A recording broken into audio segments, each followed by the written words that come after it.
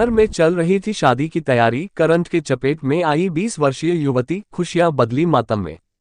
सोनभद्र जिले के पन्नूगंज थाना क्षेत्र के पहरी कला गांव में शादी का माहौल उस वक्त मातम में बदला जब घर में एक 20 वर्षीय युवती जिसकी शादी 7 जून को होने वाली थी, करंट के चपेट में आ गई और उसकी मौत हो गई। मामले की जानकारी पुलिस को दी गई। मौके पर पहुंची पुलिस ने शव को कब्जे में लेकर पोस्टमार्टम के लिए भेज तहरीर के आधार पर मुकदमा दर्ज कर लिया है। मामले में परिजनों का आरोप है कि उनके पड़ोसी भुवनेश्वर के द्वारा घर के ऊपर और पास में लगे स्ट्रीट लाइट के सहारे बिजली का केबल खींचा गया था और स्ट्रीट लाइट के पोल में केबल खुला होने की वजह से करंट उतर रहा था। सुबह ही एक लड़के को करंट का झटका लगा था। इसके बाद मामले की जानकारी भुवनेश्वर को दी गई, लेकिन केबल की मरम्मत नहीं किए जाने की वजह से लगातार पोल में करंट उतरता रहा। परिजनों ने बताया कि कौशल्या घर की रंगाई पुताई करने के लिए मिट्टी भिगो रही थी। इसी समय वह करंट के चपेट में आ गई, जिससे मौके पर ही उसकी मौत हो गई। इसी 7 जून को ही कौशल्या की शादी होने वाली थी, जबकि 27 मई को उसका तिलक हुआ था। परिजन इस मामले में दोषी के ऊपर कार्यवाही की मांग कर रहे हैं। परिजनों का ये भी आरोप है कि जब उनके द्वारा जानकारी देने के बाद मौके पर पहुंची पुलिस द्वारा मृतक के परिजनों के साथ ही बदसलूकी करने लगे। बहरहाल परिजनों के द्वारा आपको पोस्टमार्टम की कार्रवाई कराई जा रही है। खबर जगत के लिए सोनभद्र से मनोज सिंह राणा की रिपोर्ट। क्या नाम है आपका? लौकुश पासवान। लौकुश जी, ये क्या मामला है?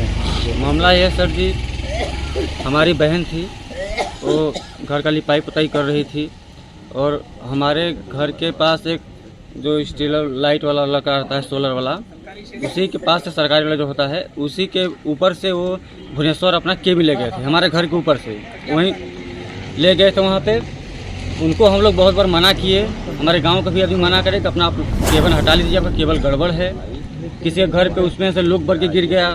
वो बोलते हैं कि किसी का घर द्वार जले हमसे क्या मतलब, किसी के जान जाए हमसे क्या मतलब, उनको कोई मतलब नहीं है, वो ऐसा बोलते थे। उस दिन, जिस दिन का घटना है, जिस दिन हमारी बहन 31/5/2025 को मरी, जिस दिन घटना हुआ, उस दिन एक लड़का को सुबह 8-9 बजे के लगभग लाइन मारा। वो उनको सूचना किया कि आपका तार से उसमें करंट जा रहा है, आप अपना बनवा लीजिए। तो बोले कि हमको तार खरीदने के पैसा दीजिए, या अभी हम नहीं हटवाएंगे, बाद में अपना बनवाएंगे कुछ भी। वो नहीं बनवाए, न किसी को सूचना दिए। हमारे घर के सामने उनका घर है, वहाँ पे दुकान है उनका। वो वहाँ बैठ कर देख रहे थे। हमारी जब बहन वहाँ गई माटी सानने के लिए, वो वहाँ देख रहे थे बैठकर। उनको जानकारी है कि उसमें लाइन उतरा है, लाइन है, फिर भी उसको मना वो नहीं किए, और जिसके कारण वहाँ पे वो गई और वहाँ पे उसको लाइन मार दिया। तो आप लोग इसकी शिकायत की है? शिकायत किए हैं थाने में।